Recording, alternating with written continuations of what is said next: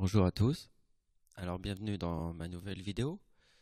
Donc ici nous allons faire l'éclipse du 1er septembre 2016 qui passe à l'île de la Réunion, mais aussi traverse toute l'Afrique, une partie de l'Afrique.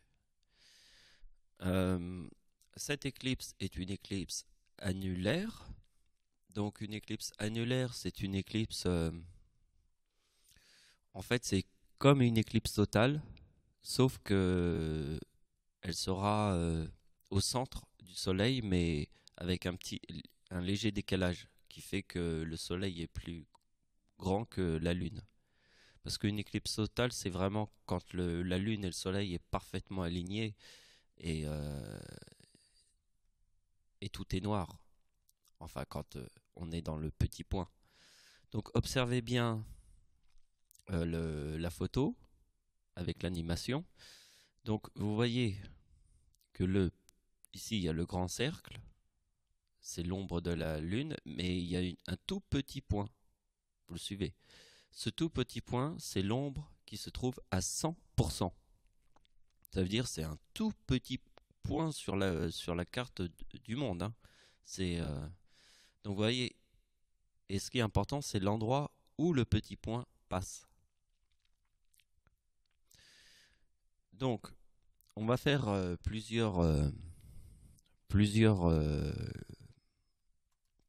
chapitres à cette vidéo. Donc, on va commencer par étudier les lunes rouges. Oui, parce qu'on a eu une lune rouge en 2015 en France. Les lunes rouges en 2015, ça veut dire que la France n'avait pas vu de lune rouge depuis 30 ans. Donc c'est quelque chose d'extrêmement rare quand même. Enfin, c'est pas si rare que ça, mais c'est un événement qui peut arriver une fois dans sa vie, ou deux. Mais est-ce qu'on va vraiment les voir?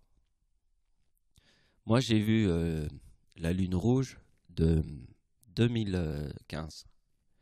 Je l'ai parfaitement vue, cette lune rouge.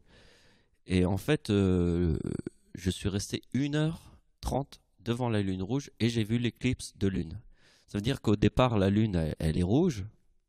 Mais, mais en fait, je suis arrivé au bon moment. En fait, je suis arrivé assez tard.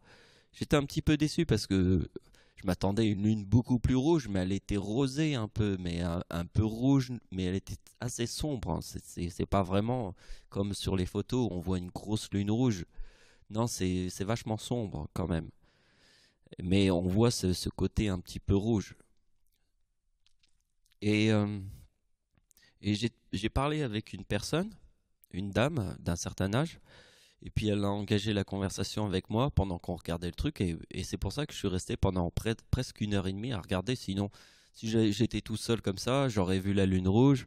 Il était 4 heures du matin. Après, je serais rentré chez moi au bout de 10 minutes.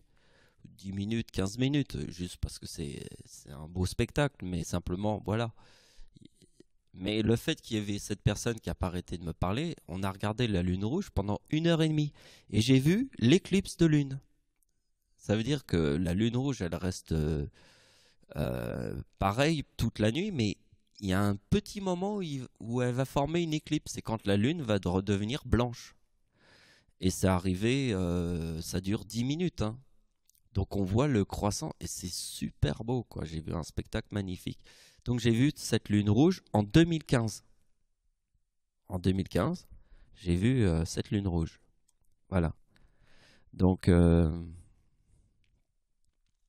bah alors on va faire plusieurs sujets et on va faire le sujet aussi. Là, on verra vers la fin où comme j'ai été en Afrique et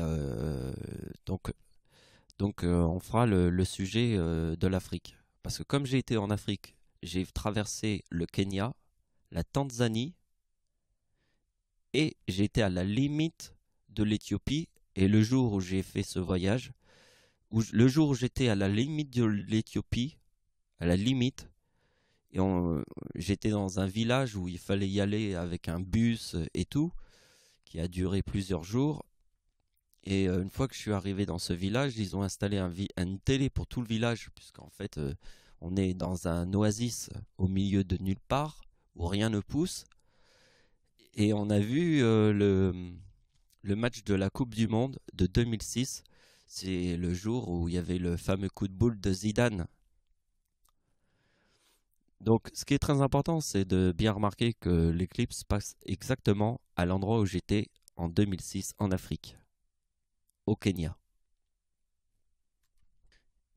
Et on va comprendre que quand je suis parti en Afrique, j'ai rencontré une Allemande.